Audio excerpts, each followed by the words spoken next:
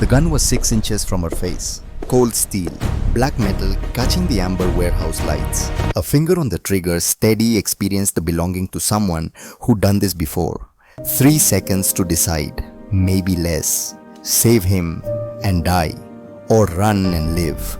Kira Blackwell had made her choice the moment she saw the danger. She always did. It was a reflex now hardwired into muscle memory from years of combat training. Almost ready, sweetie. The same reflex Yay, that had cost I'm her hungry. everything before. The same instinct that had left 4 soldiers dead in the sand of Fallujah. The same terrible, beautiful impulse to protect that had haunted her every single night for the past 12 years. But this time she told herself, this time would be different. This time she wouldn't let anyone die. The voice came low and deadly, almost conversational, like the man holding the gun was discussing the weather instead of ending her life. Any last words, sweetheart? Kiera closed her eyes, felt the weight of the moment, the stillness before violence, the breath before the fall, and remembered how it all began. Monday morning came to Queens like it always did, grey, cold, unforgiving. The kind of morning that made you question every life choice that led you here, every wrong turn, every failed promise, every dream that died quietly in the dark. Kira pushed through the doors of Metro Diner at exactly 6:15 a.m. Her body moved on autopilot after another overnight shift, double shift, the third one this week.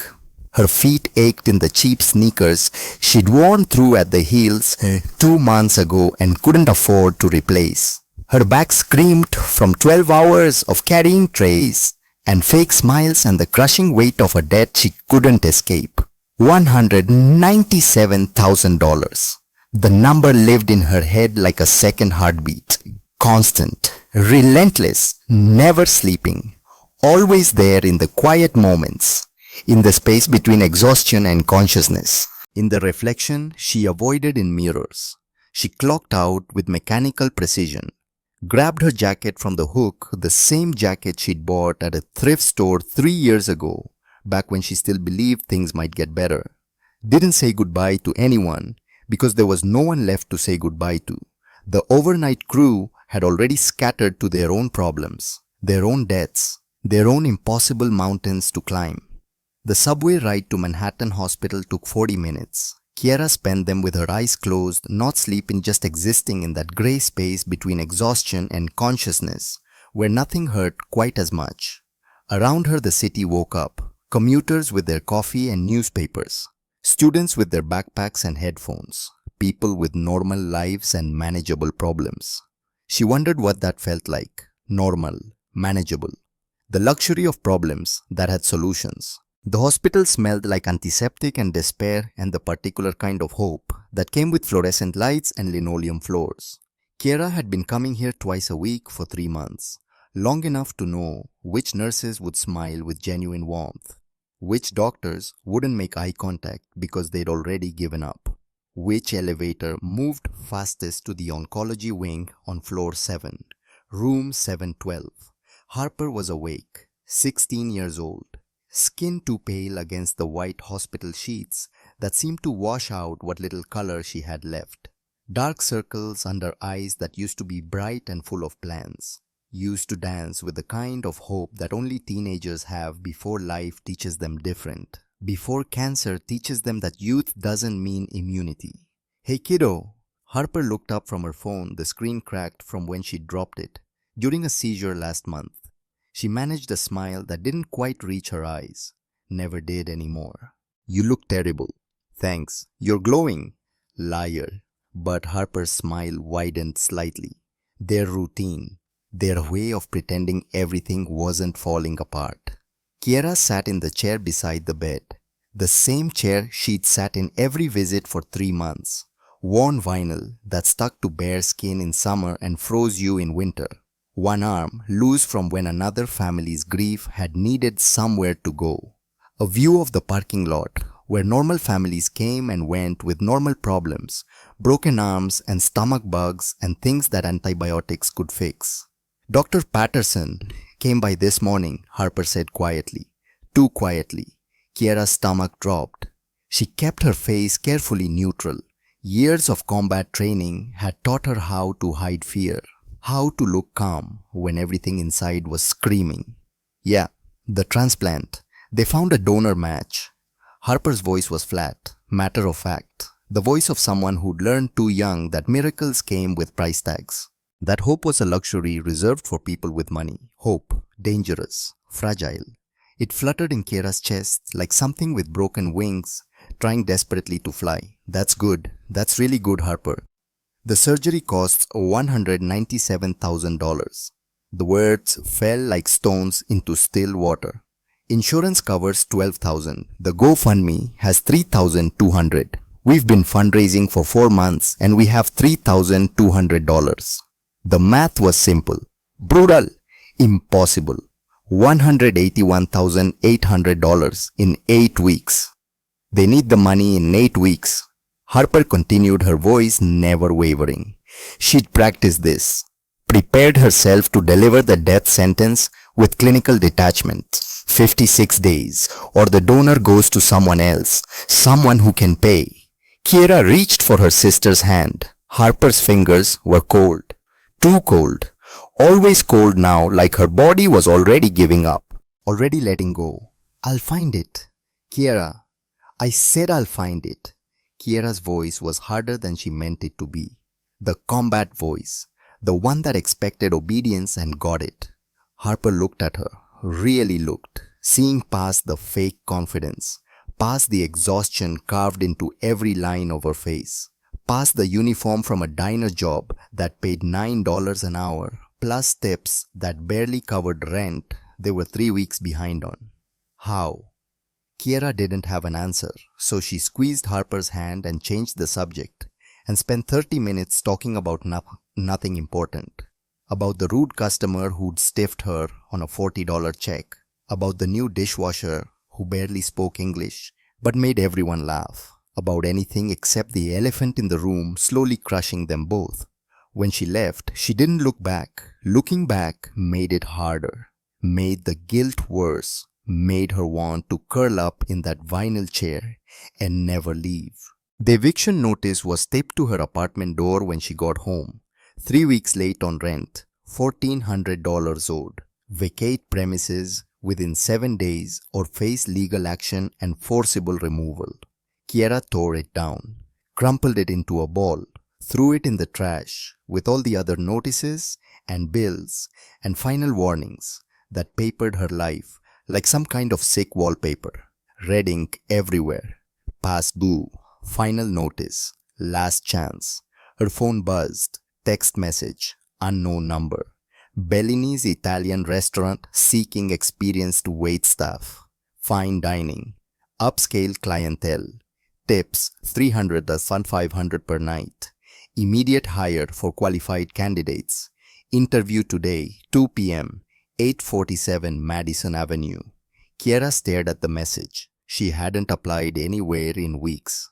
Hadn't put her number on any job boards. Hadn't told anyone she was looking. She almost deleted it.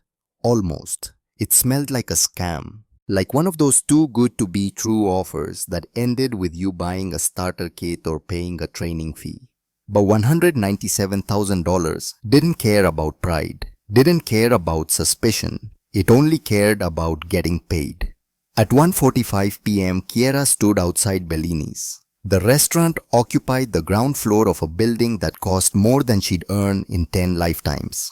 Glass front, gold lettering, the kind of place where people ate $400 steaks and thought nothing of it, where the wine list was longer than most novels, where looking poor was the only unforgivable sin.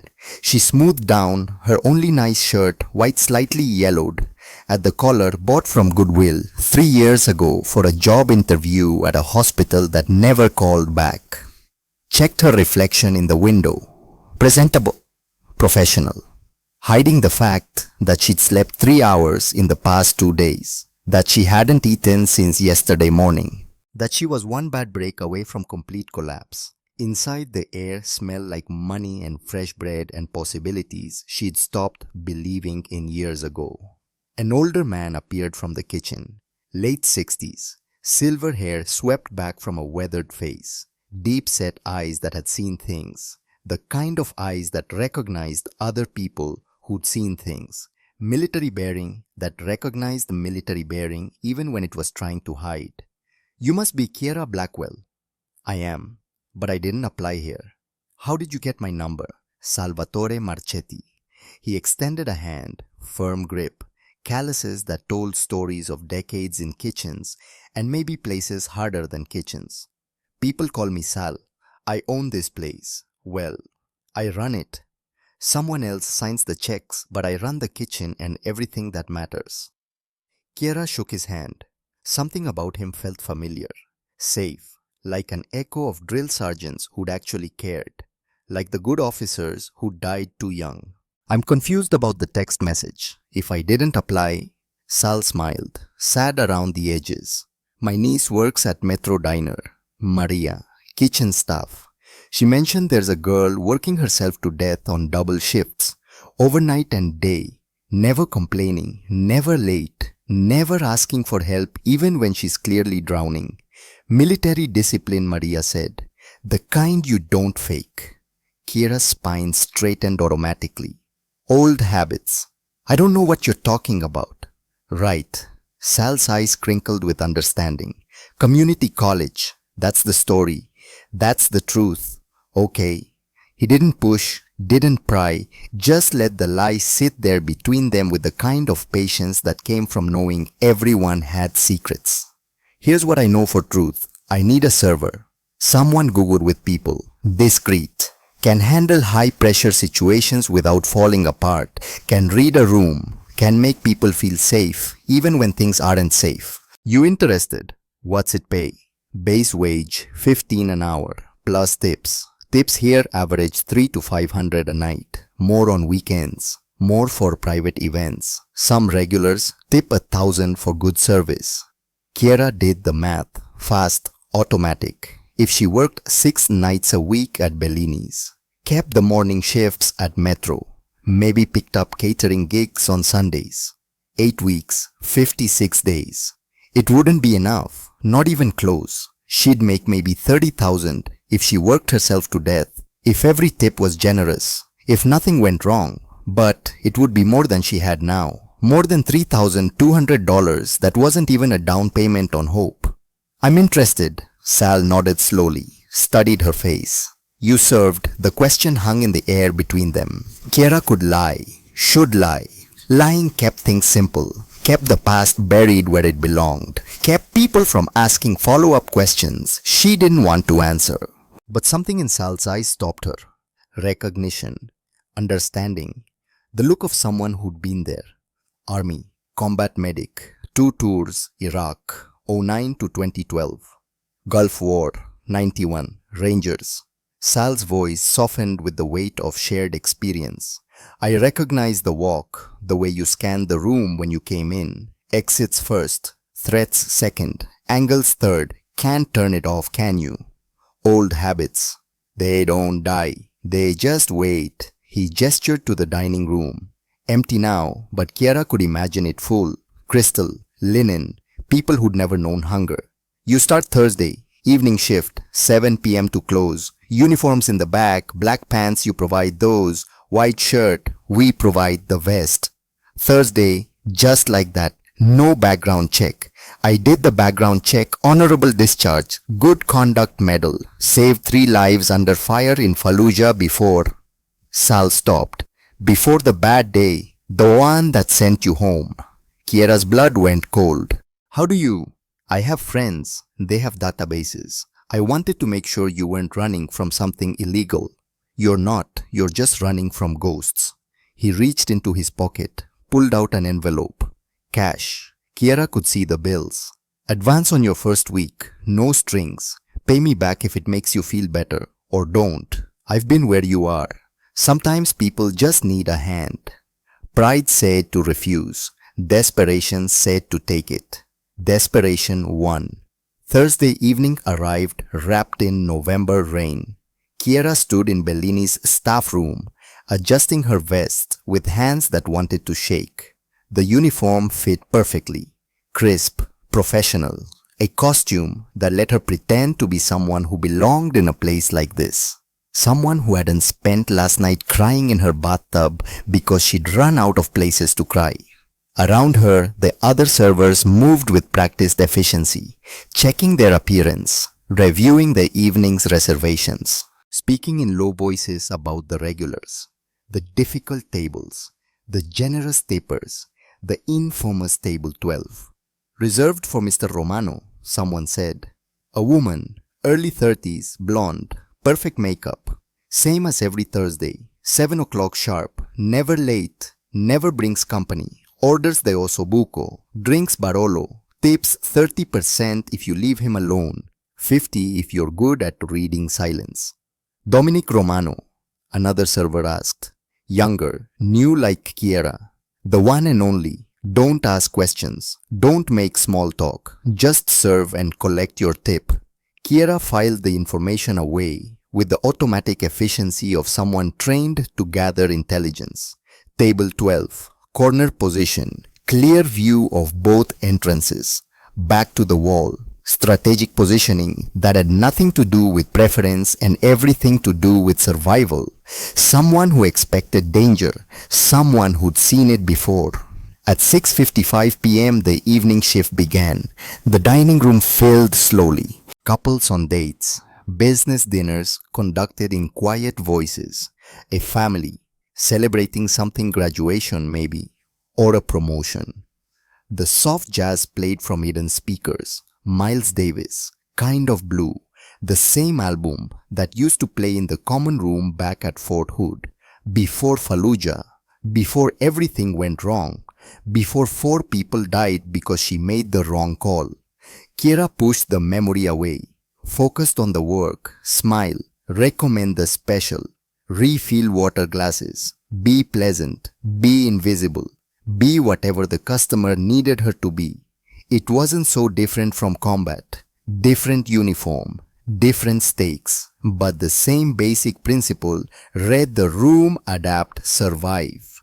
At 7 o'clock exactly the front door opened. He walked in like a man who owned the world but found no joy in the ownership. Dominic Romano was 45 years old and looked older, the kind of aging that came from stress rather than years.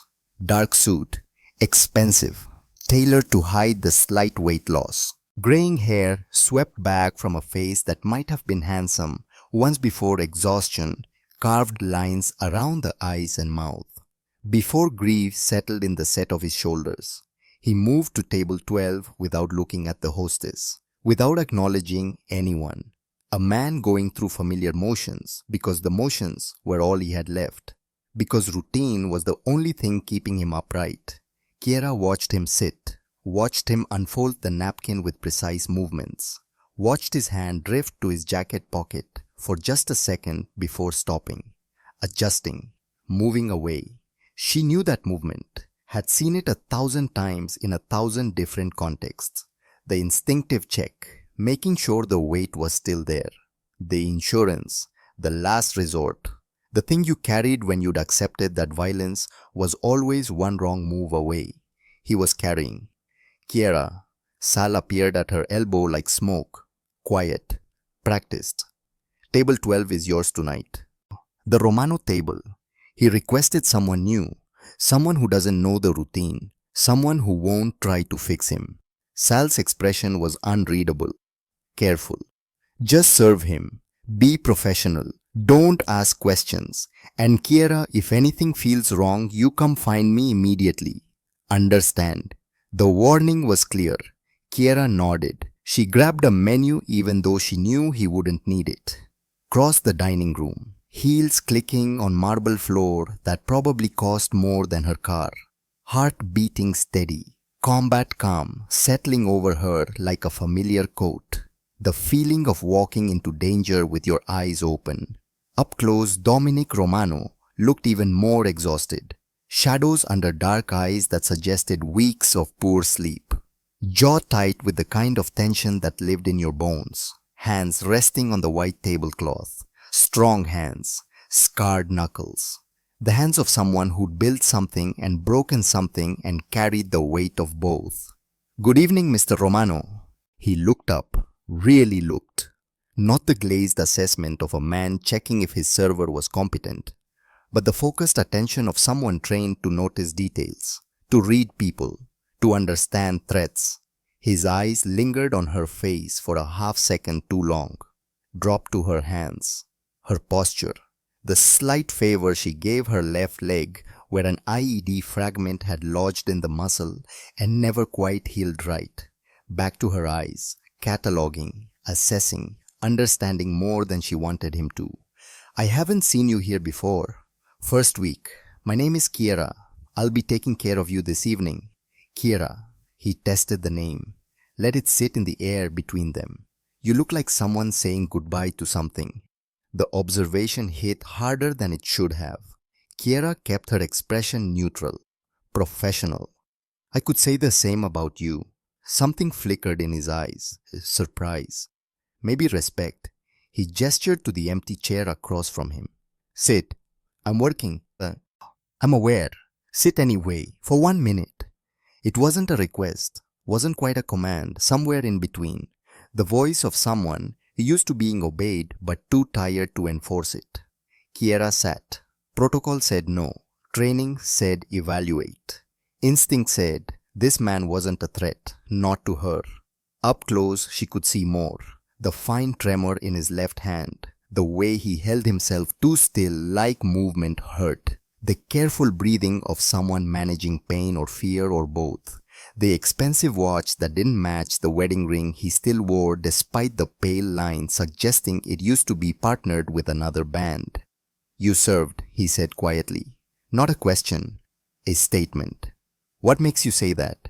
You scanned the room when you walked in, identified exits, assessed threats. Positioned yourself at an angle where you can see both entrances and the kitchen door. He paused. Most people don't move like that. Most people don't notice what you notice. Most people haven't had reason to. No, they haven't. He studied her for another moment. Iraq, Afghanistan. Kiera's jaw tightened. Afghanistan. She lied automatically. Safer, less specific. My condolences. For what? For whatever you saw there. Whatever you're still seeing. The words were soft, understanding, like he knew, like he carried similar ghosts. The bad days don't leave us, they just learn to be quiet sometimes. Kiera stood before the conversation could go deeper, before he could see more than she wanted to show. Can I get you something to drink, Mr. Romano? He'll let her change the subject, didn't push. Barolo, 2008 if Sal still has it. And for dinner, de ossobuco. Tell him to make it how my father liked it. He'll know. Kiera nodded, started to turn. His voice stopped her. You look like you're fighting something, something bigger than yourself. She looked back, met his eyes, saw the same fight reflected there. Two people drowning in different oceans but understanding the water. Maybe I am. You look like you're ready to stop fighting. Dominic Romano smiled. Sad, broken, resigned. Maybe I am. The moment stretched, fragile. Two strangers recognizing something in each other that neither wanted to name. Then, Kiera walked away because staying meant questions, meant connection, meant complications she couldn't afford. In the kitchen, Sal was plating appetizers with the precision of 30 years' practice. He looked up when she entered, read her expression with unsettling accuracy. Barolo o hate, ossobuco. Father's recipe. Sal's hands stilled. He said that father's recipe. Those were his exact words. Something passed over Sal's face. Understanding. Maybe grief. Memory of things Kiera wasn't privy to. He set down the plate, moved to the wine room, came back with a bottle covered in dust. Ancient. Precious. This was supposed to be for special occasions, Sal said quietly, uncorking it with practiced hands. His father drank the last bottle the night before he died. Heart attack. Dropped dead right at table 12. Dominic found him there, 20 years old. Had to step into an empire he wasn't ready for. I didn't know. Most people don't. Sal let the wine breathe, watching it with the kind of attention most people reserved for children or lovers. Dominic's been coming here every Thursday for 6 months. Same table where his father died. Same meal. Same wine. Like a ritual. Like he's trying to have one last conversation before. He stopped. Didn't finish. Didn't need to. Before what? Kiera asked, even though she already knew. Sal met her eyes. Before he joins him. The words settled cold in Kiera's stomach. She thought about the gun she'd sensed, the exhaustion, the resignation in his voice, the way he looked at the world like someone taking inventory before leaving. Should I be worried? About him? Maybe. For him, definitely. But that's not your job, Kiera. Your job is to serve the osobuco and collect your tips and go home to whatever fight you're fighting. Don't get involved in his. Kiera took the wine, the glass, the weight of information she didn't want. Back in the dining room, she poured carefully. Dominic watched the dark liquid settle with the kind of attention that suggested he was seeing more than wine, seeing memory, history, the ghost of a father who taught him everything except how to live with the consequences. My father used to say good wine was wasted on people who didn't appreciate the weight, the patience it took to let something become what it was meant to be. He swirled it once, inhaled. 20 years this bottle waited. 20 years he's been gone, and I'm just now understanding what he meant. Sounds like a wise man. He was, until the waiting killed him. Dominic took a sip, savored it. Heart gave out before he could enjoy any of it. 55 years old, dead in 30 seconds. All that building, all that sacrifice, gone. Kiera didn't know what to say to that, so she said nothing. Just stood there in the soft jazz and the quiet murmur of other people's conversations and waited for him to continue or dismiss her. Either was fine. Both were safe. Do you believe in second chances? Dominic asked suddenly. The question caught her off guard, made her think about Harper, about the donor match that cost more than a lifetime of savings, about debt and desperation, and the math that didn't work. I don't know, do you? I used to. Now I think some paths don't have exits. Once you start walking, you just keep going until the road ends. No detours, no turning back, just forward until you can't go anymore. Kiera thought about Fallujah, about the call she'd made that sent 4 people into a kill zone, about how that one decision had carved a path she'd been walking ever since. Maybe exits exist, we just can't see them when we're moving too fast, when we're too busy surviving to look around. Dominic looked up at her, really looked, like he was seeing her for the first time, seeing past the uniform and the professional smile to the person underneath. What's your fight, Kiera? I'm sorry. Everyone's fighting something. What's yours? She could lie, should lie, but something about this exhausted man at his corner table, drinking wine his dead father loved, made her want to tell the truth, made her feel like honesty might be the only real thing in a room full of pretense. My sister, 16, lymphoma stage 3, needs a transplant. I have 8 weeks to find $197,000. Or she dies. The words hung there, raw, honest, more than she'd meant to share with a stranger who was probably going through his own version of hell. Dominic's expression didn't change, didn't show pity or surprise, just understanding. That's a heavy fight. Yeah. Are you winning? Ask me in 8 weeks. He nodded slowly, raised his glass. To fighting impossible battles. Kiera didn't have a glass to raise. So she just inclined her head, accepted the blessing or curse or whatever it was, to surviving them. The moment broke when the front door opened. 3 men walked in, and Kiera's combat instincts fired before her conscious mind registered why. Wrong. Everything about them was wrong. They wore suits, but the suits were off the rack, cheap, ill-fitting overframes that suggested violence was their primary occupation. Their shoes were scuffed dress shoes worn by men who didn't care about details. Their movements were coordinated, practiced, tactical, spreading out to cover exits. Kiera's pulse kicked up, not panic, training. The same cold focus that had kept her alive in Fallujah when the mortars started falling and the world became noise and blood and prayers. She glanced at Sal. He'd seen them too. His weathered face had gone pale. His hand reached for something under the counter, probably an alarm or weapon or both. At table 12, Dominic hadn't moved, but his hand had drifted to his jacket pocket, resting there, ready, waiting. He knew. He'd been expecting this. The lead man was young, maybe 30, scar across his left cheek that was still pink, recent trauma, probably 6 months old. Hard eyes that had seen violence and found it easy, found it necessary, found it preferable to other solutions. He scanned the room once with professional efficiency, locked onto Dominic like a missile finding its target. Started walking with the confidence of someone who'd done this before and expected it to end the same way it always did. Kiera's brain kicked into overdrive, combat mode, counting seconds, calculating angles, measuring distances, running scenarios. 8 feet to Dominic's table, 6 other diners in the potential line of fire, 2 exit routes, front door, and kitchen. 1 point of cover, the solid mahogany bar. No time for evacuation, no time for anything except the choice. The man's hand moved to his jacket. Time slowed the way it always did in moments of crisis, the way it had in Fallujah when the world became bullets and screaming, and the impossible choice between bad options and worse ones. Kiera saw it all at once with crystalline clarity.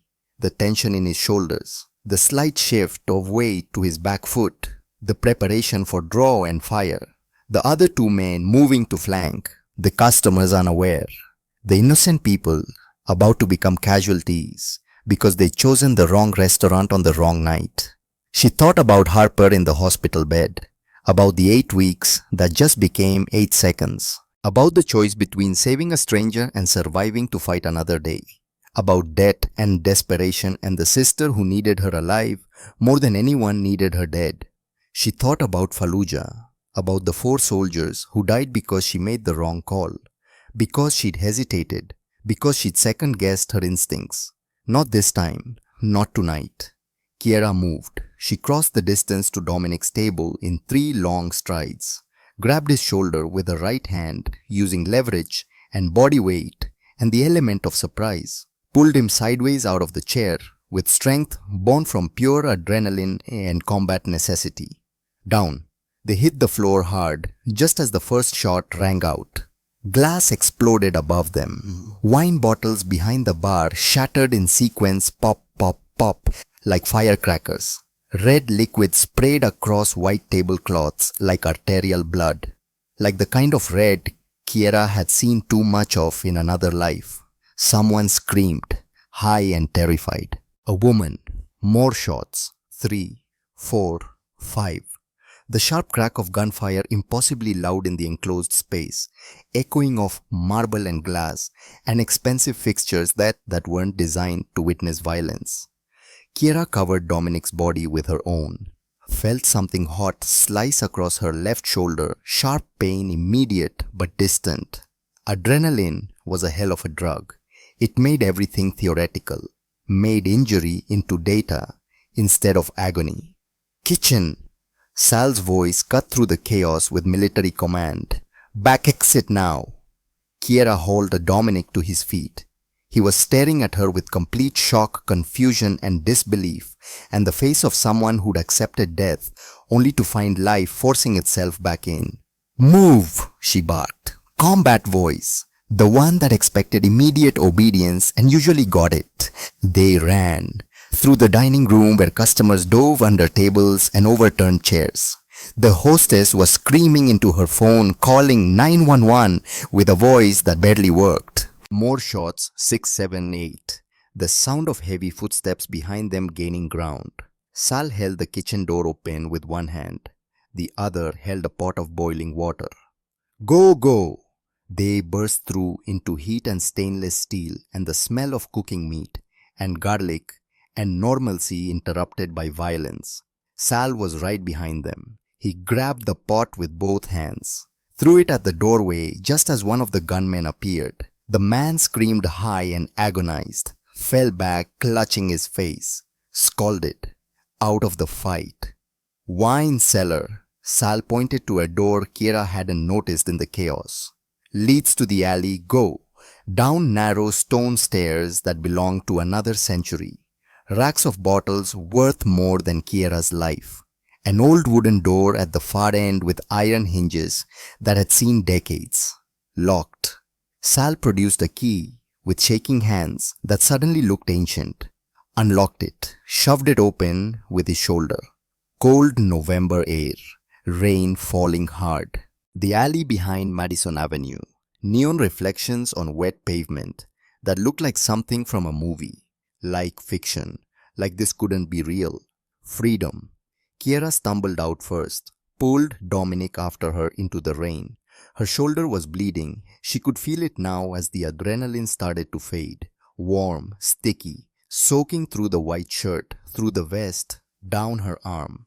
Kiera. Dominic caught her as she swayed. His voice was different now, sharp, focused, alive. You're hit. Flesh wound. I've had worse. That's not. The sound of tires screeching cut him off. Black SUVs appeared at both ends of the alley like predators boxing in prey. Doors opened in synchronization. Men emerged, but these men were different, more professional, better dressed, moving with military precision. One of them approached, late 40s, built like he'd been assembled from concrete and determination.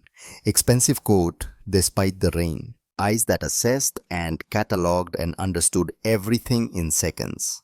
Boss, we need to move. Now.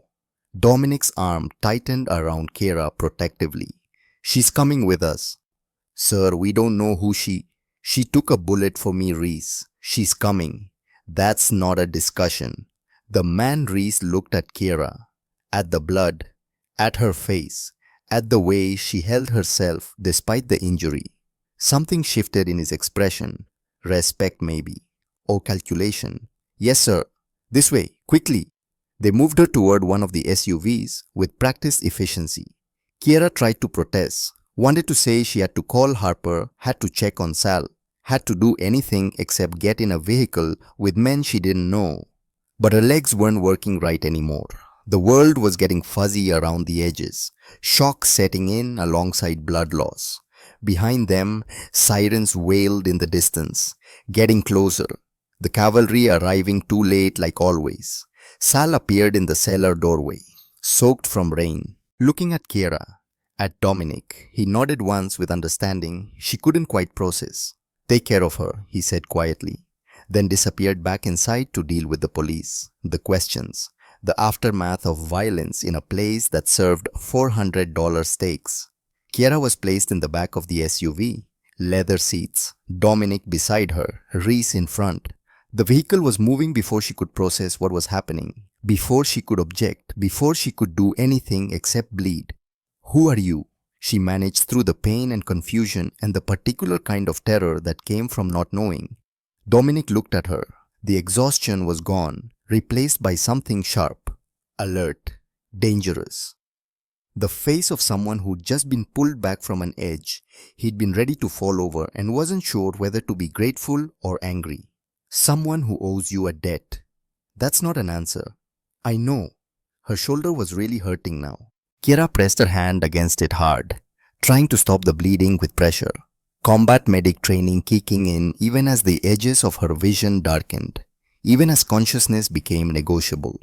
Stay with me, Dominic said with unexpected gentleness. We're almost there. 5 minutes. You can make it 5 minutes. Almost where? Somewhere safe. Somewhere I can pay you back for what you just did. I don't want your money. Too bad, you're getting it anyway. The SUV turned sharply, accelerated. The city lights blurred past the windows like falling stars, like the world moving too fast to hold on to. Kiera's phone buzzed in her pocket. Text message. She fumbled for it with her good hand. The screen was cracked but still working somehow. From Harper House, the fancy restaurant job. You surviving? Kiera almost laughed, almost cried. The absurdity of it. Almost died saving a stranger. Currently bleeding in an SUV with men she didn't know. Going somewhere she couldn't identify. But sure, surviving. She typed back with bloody fingers that left red smears on the screen eventful. Tell you later, love you. Then the world went soft, distant. The pain faded to something manageable, theoretical. The last thing she saw before unconsciousness took her was Dominic's face, worried, alive, looking at her like she'd just given him something he'd lost a long time ago. Something precious, something he'd forgotten existed. Hope. Kiera woke to white ceiling textured with some expensive pattern that probably had a name she'd never know. White walls painted in that particular shade that suggested money, not stark hospital white, but something softer, warmer, chosen by someone with opinions about things like undertones and lighting. White sheets that smelled like lavender and Egyptian cotton, and the particular kind of wealth that came from never worrying about thread count. This wasn't a hospital. She tried to sit up. Pain exploded through her left shoulder like someone had driven a hot spike through muscle and bone. Sharp, immediate, the kind of pain that made vision blur and teeth clench and the world reduced to a single point of agony. Easy. A woman's voice came from somewhere to her left. Professional. Calm. The voice of someone who'd said those exact words 1,000 times to 1,000 different patients. The bullet went clean through, but you lost a fair amount of blood. You need to stay still for at least another 12 hours. Kiera turned her head carefully. Every movement was negotiation. A nurse stood by the bedside, 50s kind eyes framed by glasses, competent hands that had probably seen everything. The badge on her scrubs read Private Care Services, Medical Professional. Where am I? Mr. Romano's residence. Penthouse level. He insisted you recover here, rather than risk a hospital with police involvement. You've been unconscious for 14 hours. It's Friday morning, November 15th. 14 hours. Kiera's mind raced through implications. Harper, the hospital, the shift at Metro Diner she'd been supposed to work at 6 a.m. Sal, the restaurant, the police who definitely have questions. She reached for her phone, found it on the nightstand beside bottles of water and pain medication in prescription bottles with someone else's name. Screen still cracked but functional. 23 missed calls, 16 text messages, 7 voicemails. All from Harper except 2, one from Metro Diner asking where she was, one from an unknown number. The most recent text from Harper. Please tell me you're alive. I'm about to call the police. Kiera typed back with her good hand, fighting through the pain, medication and fog.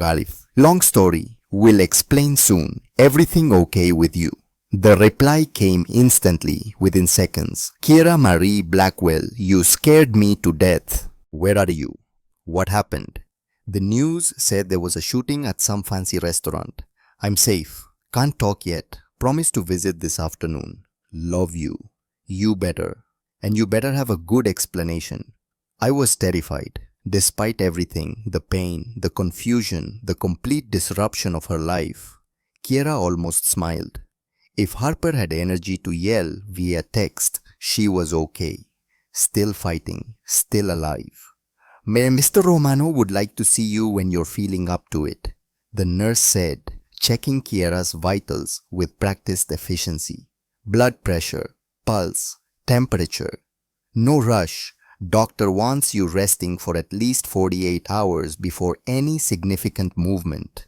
I can't stay here for 48 hours. I have work. My sister needs. Your sister is fine. Better than fine actually. But Romano had her transferred to Mount Sinai's private oncology wing this morning. Best cancer team in the state. Dr. Richardson personally overseeing her care. All expenses covered indefinitely. Kiera's breath caught. The room tilted. He what? He also paid 3 months rent on your apartment. Had your belongings moved to secure storage since the building management was processing your eviction. And deposited $50,000 into your checking account as an advance on medical expenses related to the incident last night.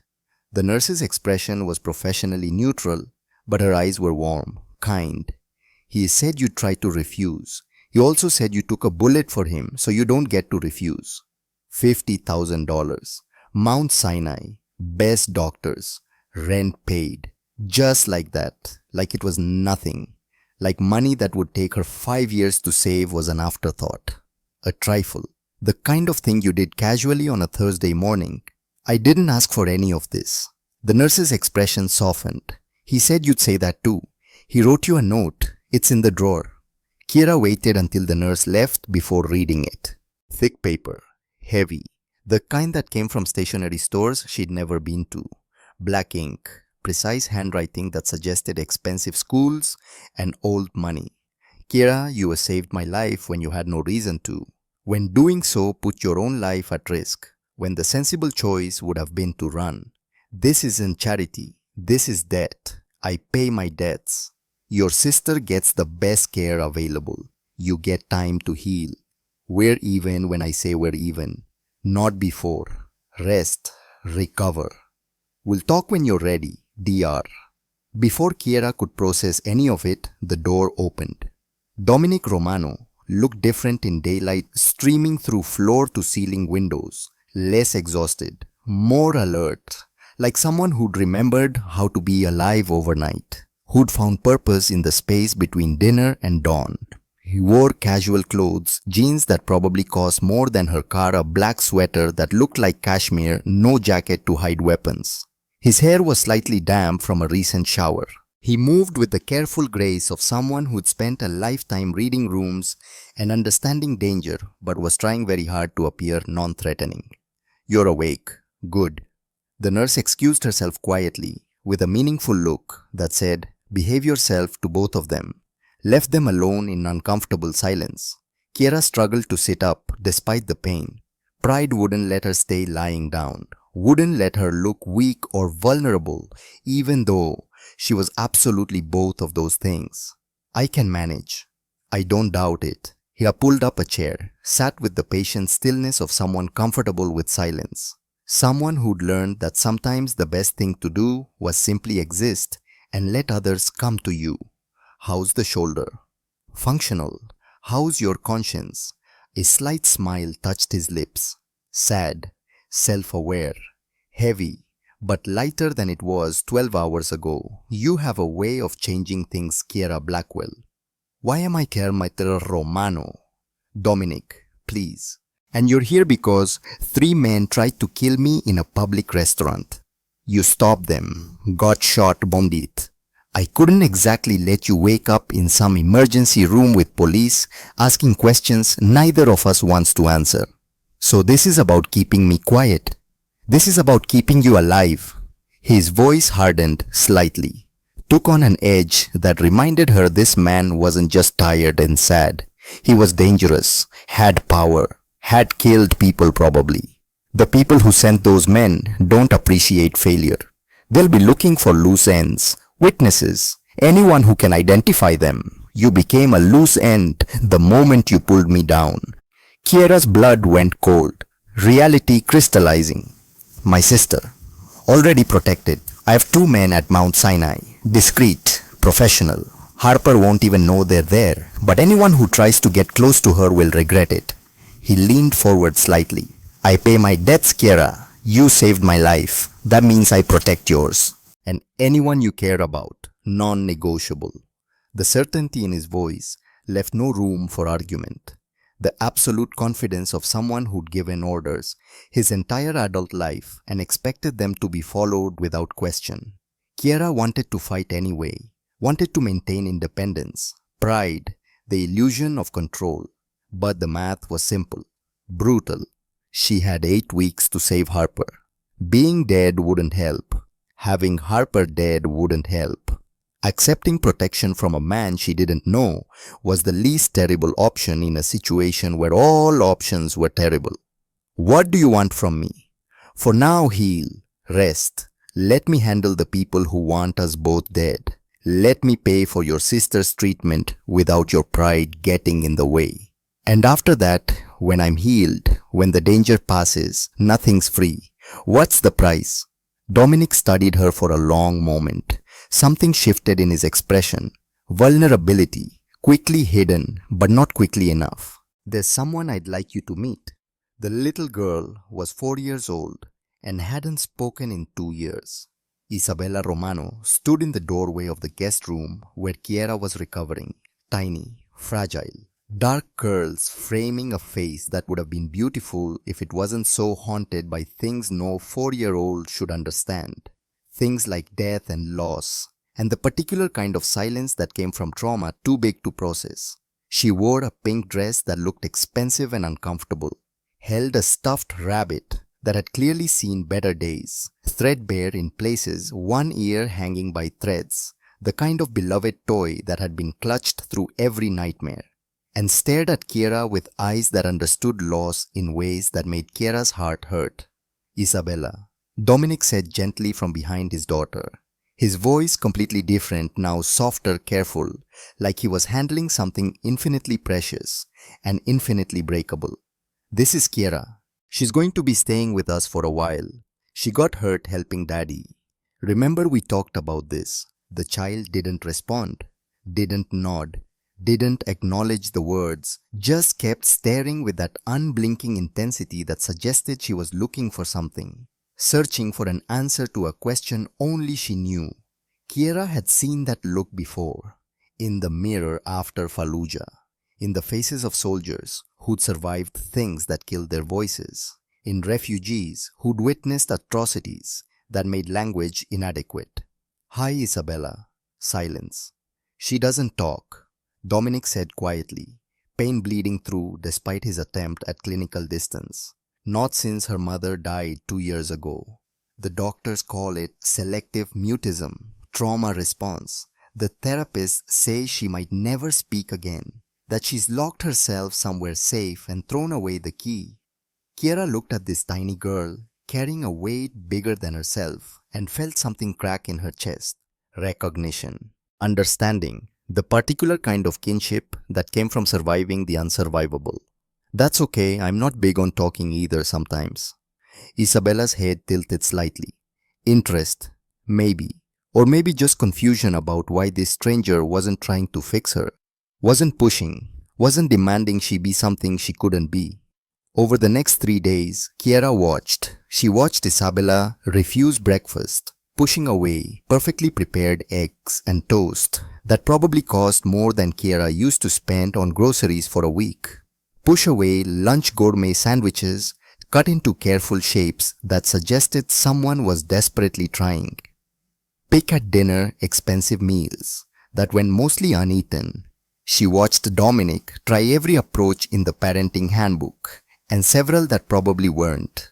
Gentle encouragement, firm insistence, pleading, bargaining, bribery. Nothing worked. Nothing penetrated the wall this child had built between herself and a world that had taken her mother. She watched the nannies rotate through like shifts at a factory. Professional, patient, kind, ineffective. Each one trying their best and failing in different ways.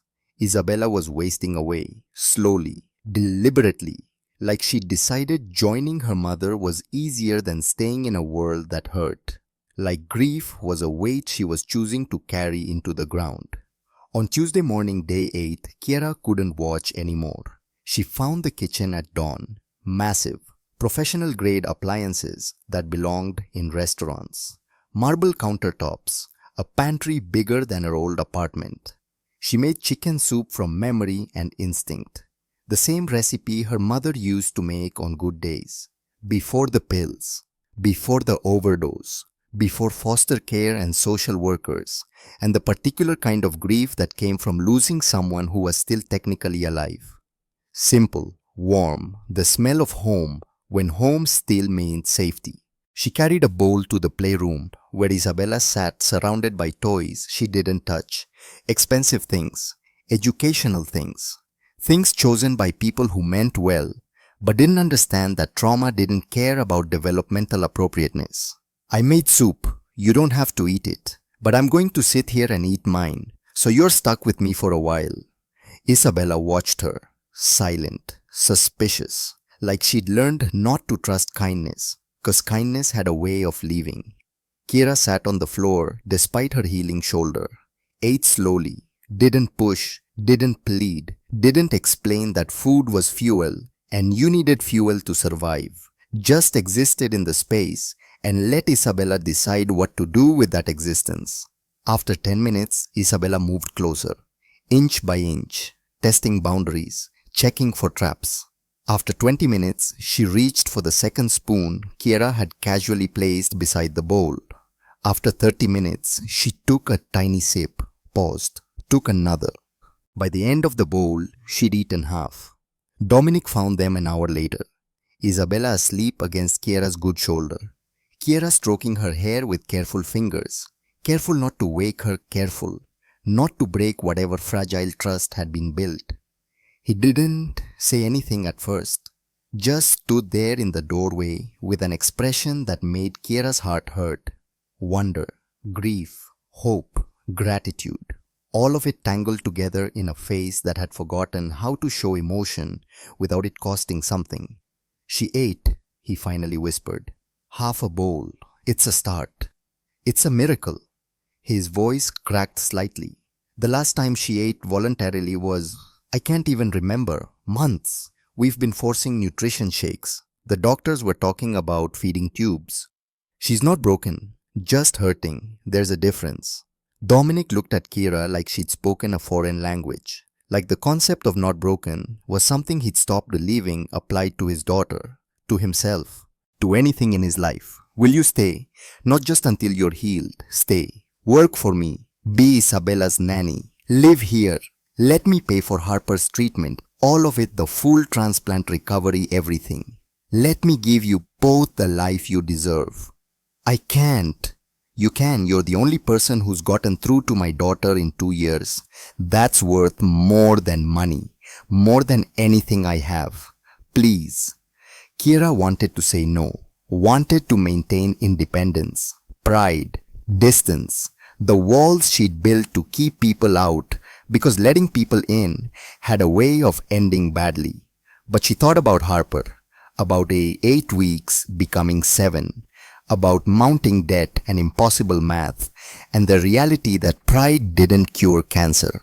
And she thought about Isabella, about this tiny broken girl who'd just eaten soup for the first time in months because someone sat with her without demanding she be fixed. Temporary, until Harper's treatment is done, until Isabella doesn't need me anymore. Agreed. Deves shook on it. His hand was warm, steady, calloused in ways that suggested violence, but gentle in the moment. The grip of someone who kept promises, even when promises cost him. Something shifted in the air between them. Awareness. Dangerous. The kind of tension that came from two broken people recognizing they might be able to fit together if they were brave enough to try.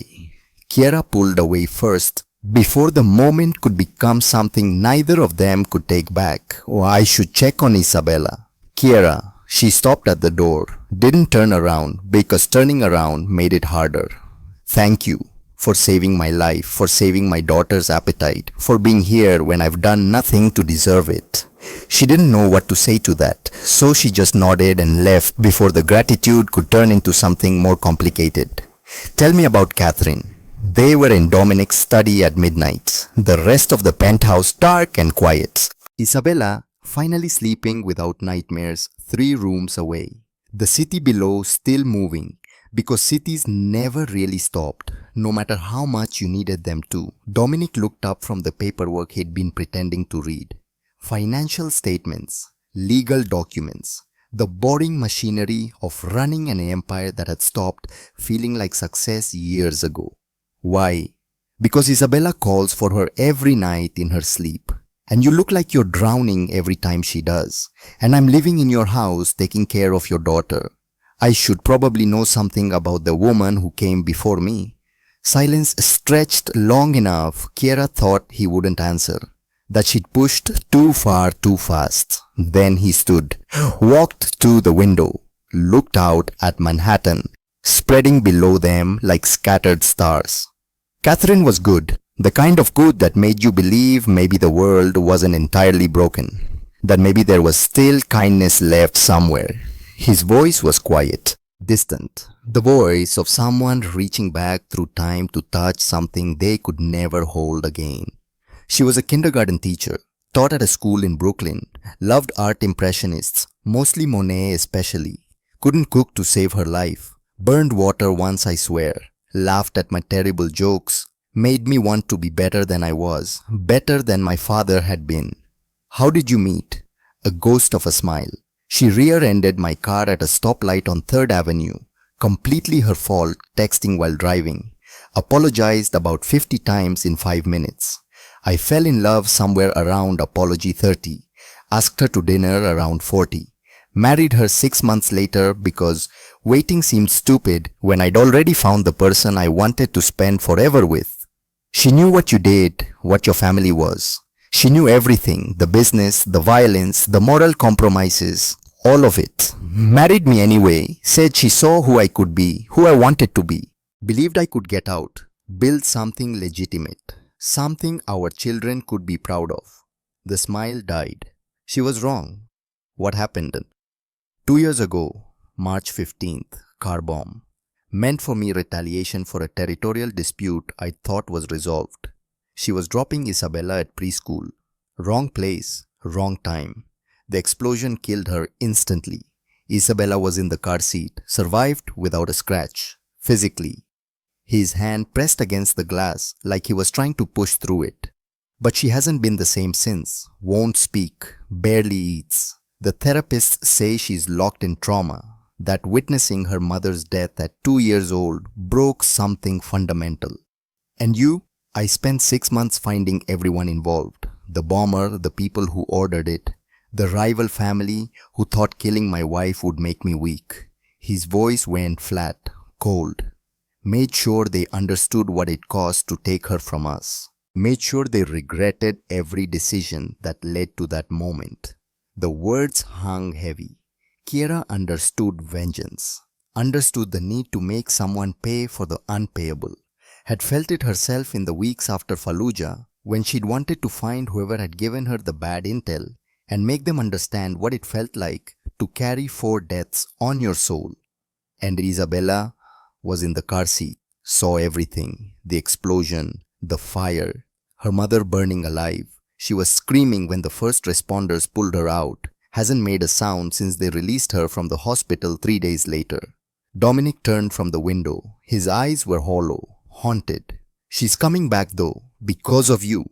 She ate soup this morning. That's a start. She's coming back because she's ready. She just needed someone who understands. Understands what? Kiera met his eyes. What it's like to survive something that killed everyone else. What it's like to carry guilt that has no resolution. What it's like when words aren't enough to hold what's inside. The moment stretched, recognition passing between them. 2 people carrying survivor's guilt in different packages, but understanding the weight. Dominic crossed the room, sat in the chair across from her, close enough to touch but maintaining careful distance. Tell me about Iraq. Kiera hesitated. She'd told Sal, had lied to Dominic about Afghanistan, old habits. The less people knew, the safer you were. But something about this moment, the midnight hour, the shared grief, the understanding in his eyes made her want to tell the truth. I told you Afghanistan earlier. I lied. Didn't want to get too specific with a stranger, but it was Iraq. Fallujah, 2011. Why lie? Old habit. The less people know about where I've been, the safer I am. But you're not a stranger anymore. No, I suppose I'm not. So she told him everything. Told him about Fallujah, about being a combat medic attached to a squad clearing houses, about the intel that said the street was clear, about making the call that sent 4 people into a building that wasn't clear, about the IED that turned her squad into red mist and screaming. Told him about the nightmares, the PTSD, the way certain sounds, backfiring cars, fireworks doors slamming, made her hit the ground even 12 years later. The way crowds felt like threat assessment. The way she couldn't trust her own judgment anymore because her judgment had killed people. Told him about coming home to find their mother dead from an overdose. About being 20 years old and suddenly responsible for a 6-year-old sister. About raising Harper while trying to hold herself together with shaking hands and prescription medications that barely worked. Told him everything she'd never told anyone because therapists cost money and friends were a luxury, and keeping it locked inside was the only option that didn't cost anything. When she finished, her face was wet. She hadn't realized she was crying, hadn't felt the tears until they were already falling. Dominic handed her a handkerchief. Actual cloth, monogrammed, the kind of old-fashioned gesture that suggested expensive upbringing and manners learned young. Didn't comment on the tears, didn't try to fix anything, just let her exist in the aftermath of confession. You're stronger than you know. I don't feel strong. I feel like I'm barely holding together. Like one more thing will break me completely. No one who's actually strong ever does. He paused, choosing words carefully. Stay. Work for me. Be Isabella's nanny. Let me pay for Harper's treatment. All of it, the transplant recovery, everything. Let me give you both the future you deserve. I can't accept that much. It's too much. I don't even know you. You saved my life when you had every reason not to. You're bringing my daughter back to life when everyone else had given up. That's worth more than money, more than anything I have. His voice was quiet but certain. Please, let me do this. Not for you, for me. Because I need to believe I can still do something good. Still make something right. Still be the man Catherine thought I could be. Kiera wanted to say no. Pride demanded it. Independence required it. Self-preservation screamed it. But she thought about Harper, about 7 weeks left, about mounting bills and impossible math, about Isabella eating soup for the first time in months. Temporary, until Harper's better, until Isabella doesn't need me. Agreed. They shook hands again, but this time the touch lingered, lasted a second too long, became something neither of them acknowledged but both of them felt.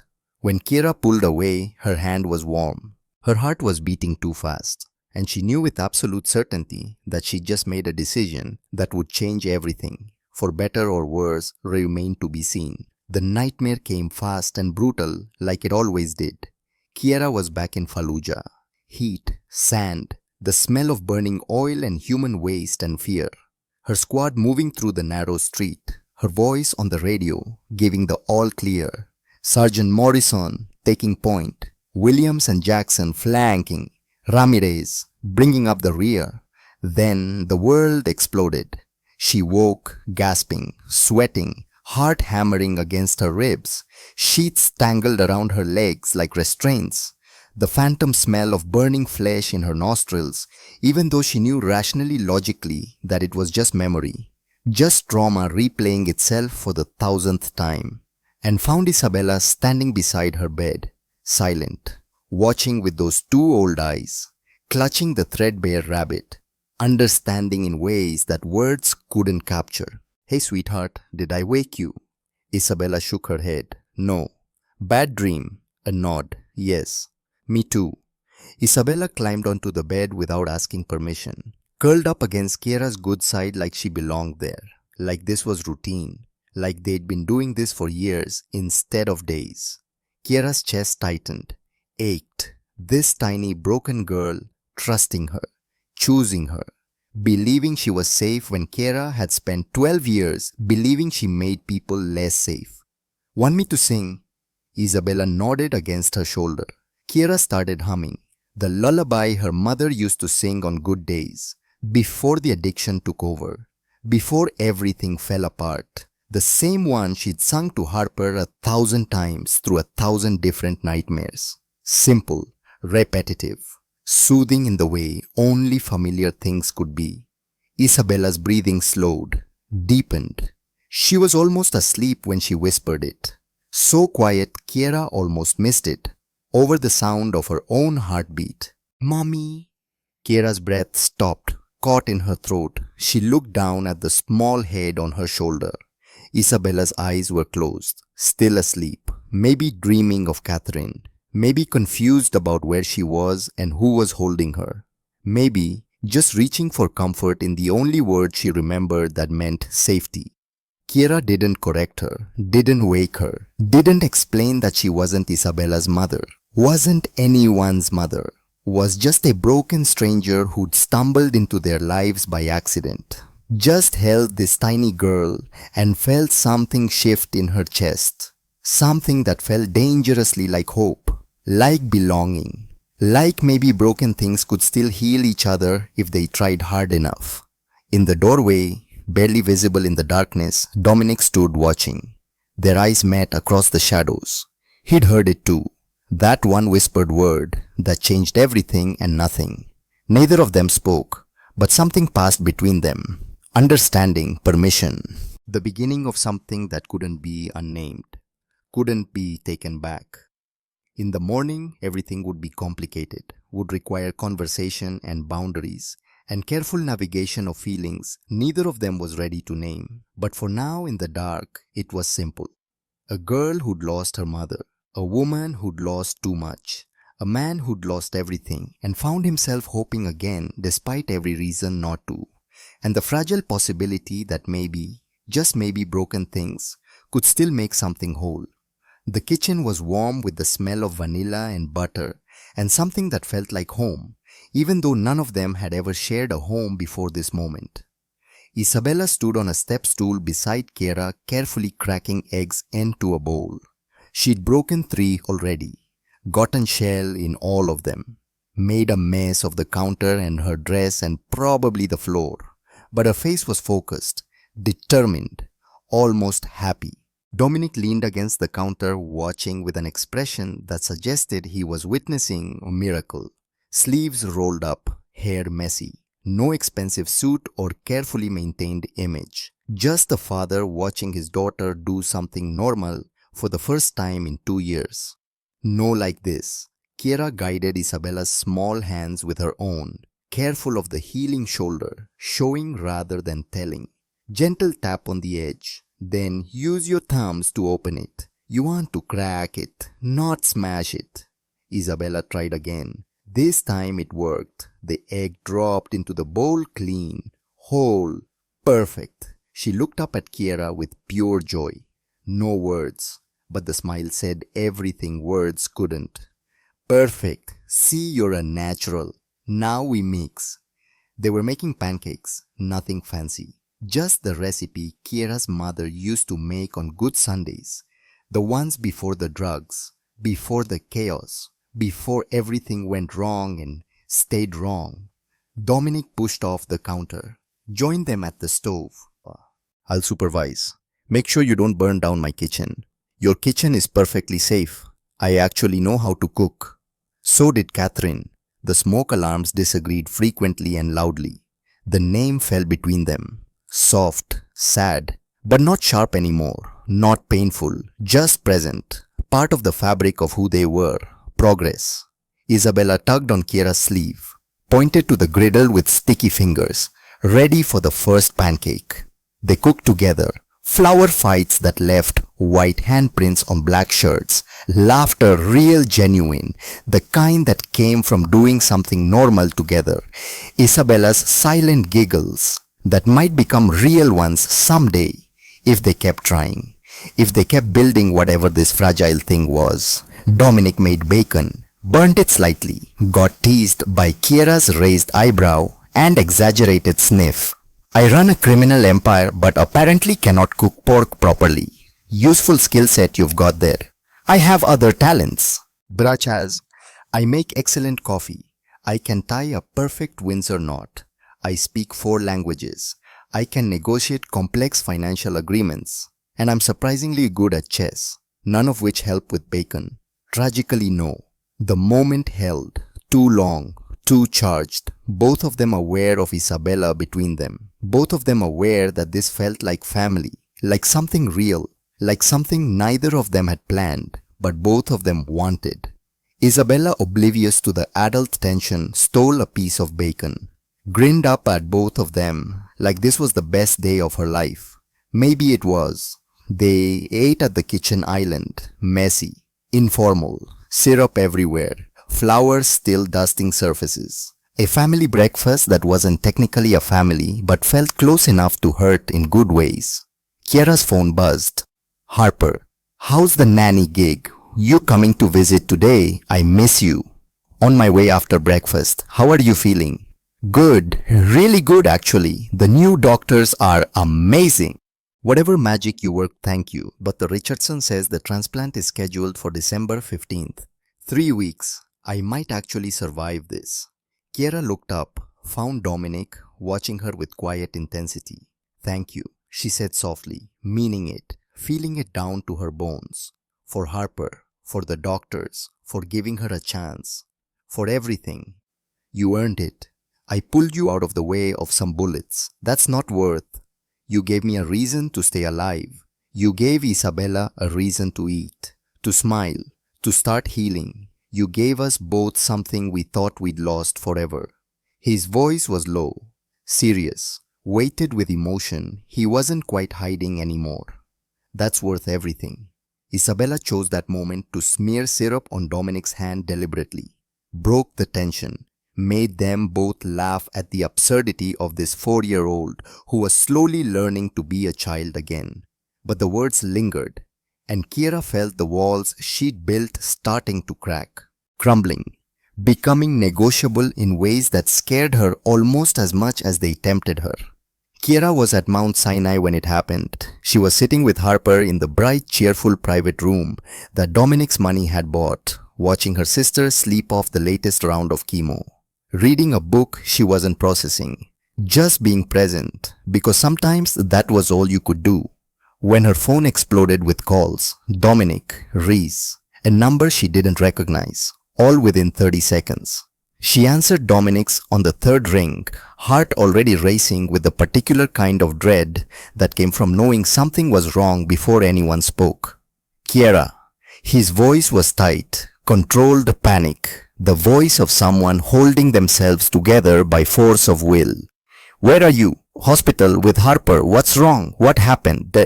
Isabella fell down the marble staircase. She's unconscious. We're heading to Mount Sinai. Emergency now. I need you here. But the world tilted, went sideways. How did she? I don't know. The nanny said she was fine 1 second. Then at the bottom of the stairs the next. Not moving. Not. His voice cracked. Just get here, please. The line went dead. Kiera ran, left Harper sleeping, grabbed her jacket, hit the stairs because elevators were too slow when your world was ending. Burst into the ER 20 minutes later, found Dominic pacing, Reese on the phone speaking in low tones, 2 police officers taking notes with the careful neutrality of people who didn't want to get involved in whatever this was. Where is she? CT scan, checking for head trauma, skull fracture, brain bleed. Dominic's face was pale, haunted, every line suggesting it aged 10 years in the past hour. She was with the temp nanny, Miss Carson. 1 minute Isabella was fine, playing. The next, she was at the bottom of the stairs, not moving, so much blood. The nanny saw it happen, said Isabella just fell, lost her balance. But Kiera. He pulled out his phone with shaking hands, pulled up security footage. This is the hallway camera. Kiera watched the grainy video. Isabella at the top of the marble staircase in the penthouse, the temporary nanny behind her, a woman Kiera had met once, middle-aged professional, and then Isabella falling, arms windmilling, small body tumbling down expensive stairs that suddenly looked like a weapon. But there was someone else in the frame, a figure moving in the background, coming from the guest room. Kiera, except Kiera was here, at Mount Sinai, had been for 3 hours, had security camera footage of her own to prove it. That's not me. I know. The timestamp shows 4:47. Hospital cameras show you in Harper's room at 4:47. But look at the face.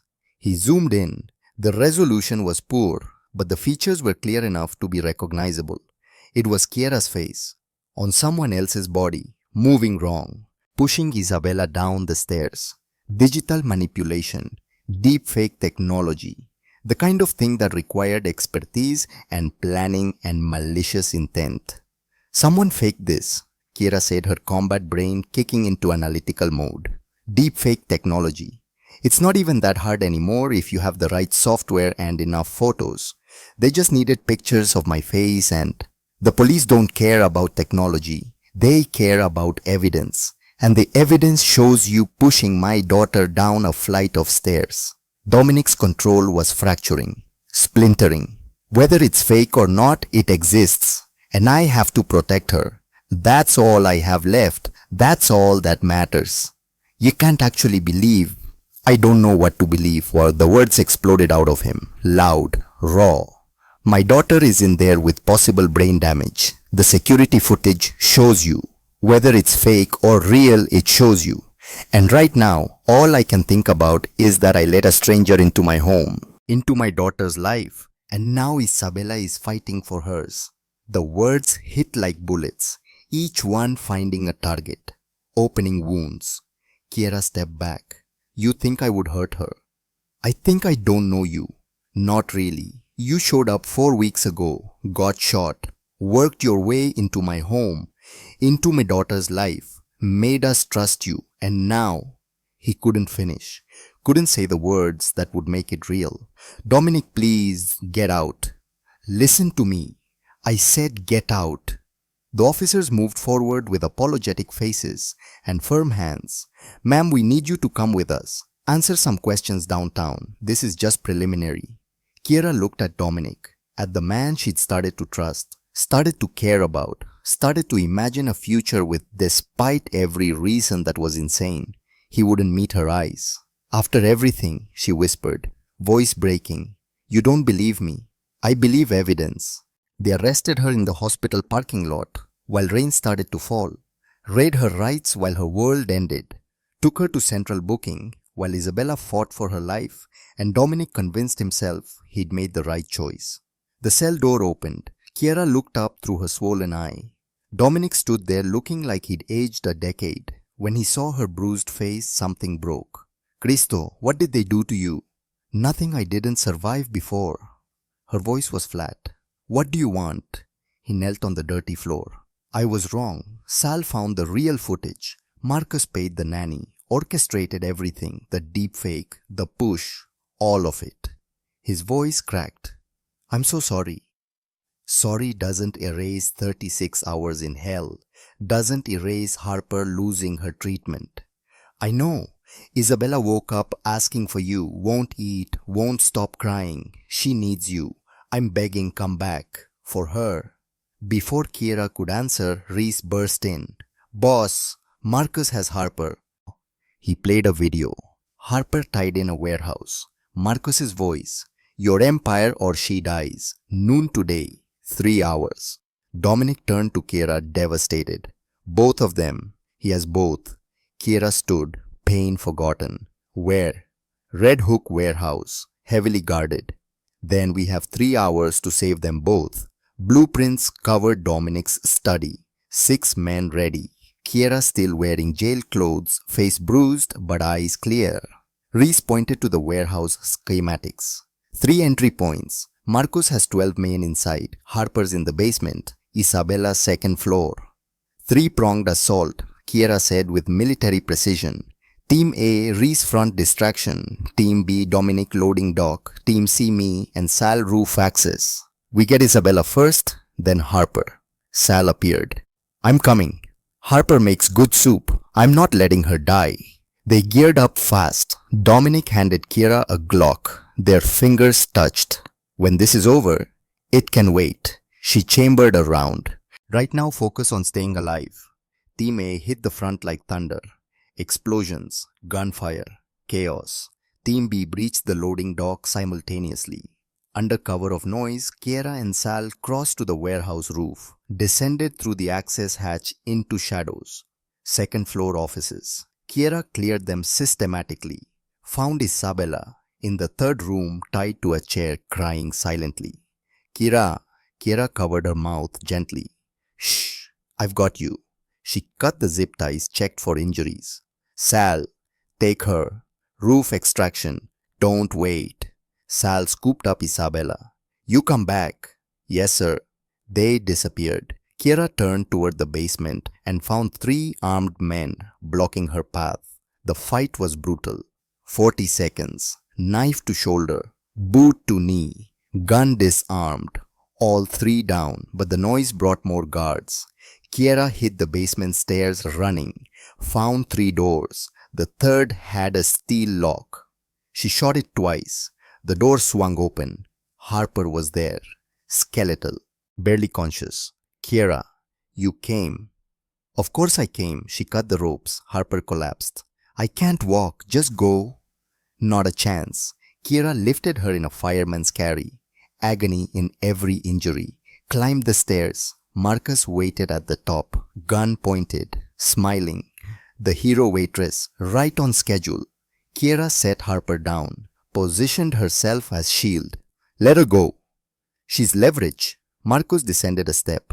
You know what's funny? I set up the Bellini's hit. Hired men guaranteed to fail because you needed to become important. Bonded to my brother, so taking you away would destroy him. Why? He was born first, got everything. I got nothing. His face twisted. So I killed Catherine, planted the bomb myself, watched his perfect life explode. The confession hung in the air. Marcus aimed at Harper. She dies first. You watch.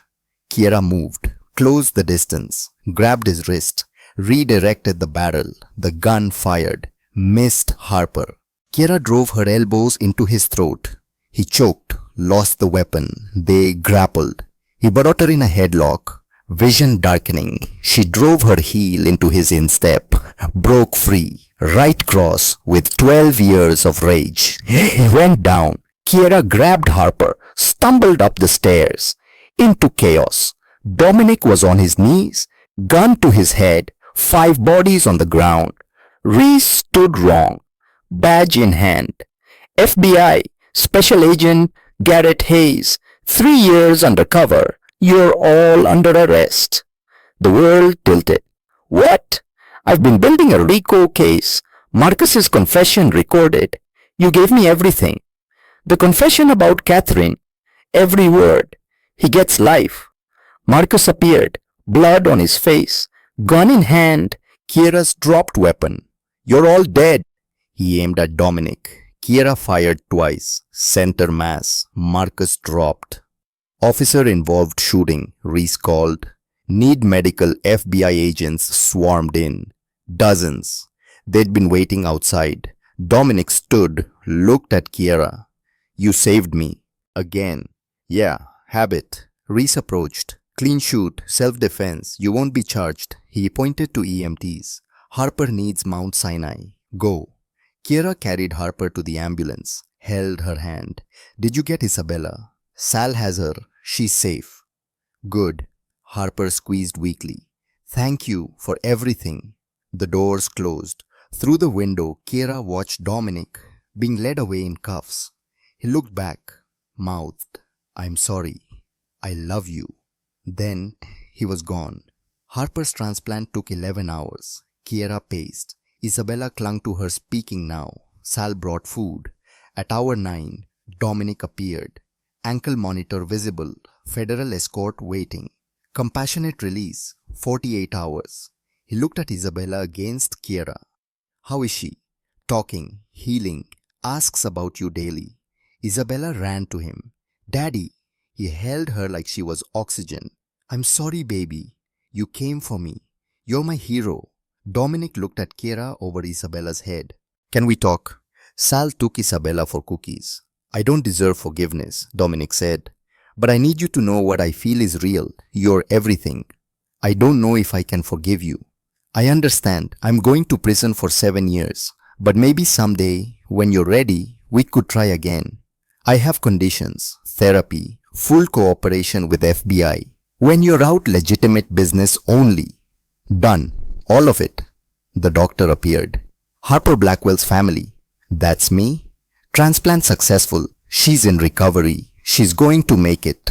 Relief crashed over Kiera. Dominic caught her as her knees buckled. Isabella returned. Will Kiera stay with us, be my mommy, while daddy's gone? Kiera looked at them, the accidental family. Yes, I'll stay. Dominic's eyes filled with tears, and Kiera felt something like hope. Brooklyn Courthouse, small, simple. Kiera in ivory, Harper in blue, healthy, radiant, cancer-free. Isabella as flower girl, Sal officiating. Dominic at the altar, released early, free. You look beautiful. You look legal. They laughed. Vows were simple. Promises to be better. to build something real from broken pieces. I now pronounce you husband and wife. The kiss was gentle, reverent. Reception at Bellini's. Small crowd, good people who'd survived bad things. They danced to Miles Davis. Do you regret saving me? Not tonight, not ever. Sunday morning. Brooklyn brownstone.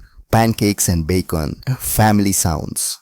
Isabella was 9. Harper 19 at Columbia. Kiera 8 months pregnant. Dominic wrapped arms around her belly. How are my girls? Hungry, make yourself useful. Isabella felt the baby kick. She's going to be a soccer player. After breakfast, Dominic showed Kiera a framed photo. Security footage from Bellini's, the night they met.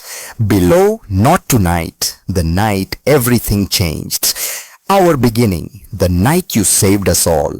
Do you ever think about how different things would be if I'd run? Every day. And every day I'm grateful you didn't. Because all of it, the pain, the mistakes led here, to us. Isabella called from inside. Coney Island. They stood together, hands linked. I love you, Dominic said. You're my second chance. I love you too. Any regrets? Kiera thought about everything. Fallujah, the soldiers lost, the night at Bellini's, the choice to save instead of run. Every hard decision leading to this moment. Harper healthy, Isabella healed, a daughter on the way, family built from chaos. Not tonight, she said, not ever again. The dedication ceremony, Harper at the podium, 24, medical school final year, researcher, survivor. 5 years ago, my sister saved a stranger. That choice saved us all. Today, we open this foundation to save countless others. In the audience, Kiera held Catherine 4 and Dominic held Salvatore 2. Isabella 11 sat between them. Normal family, extraordinary origin. That night, Kiera and Dominic sat on the porch, stars visible. I was ready to die that night at Bellini's, he said. Then, you gave me a reason to live. Someone said second chances exist if you're brave enough to crash. Smart person. They sat in comfortable silence. Two people who'd survived the impossible, built the impossible. Inside, children slept. Harper studied. Sal's recipe waited for tomorrow. Kiera closed her eyes, thought about the gun 6 inches from her face. The choice she'd made. Save him and die. Or run and live. She'd chosen neither. She'd chosen to save him and live anyway.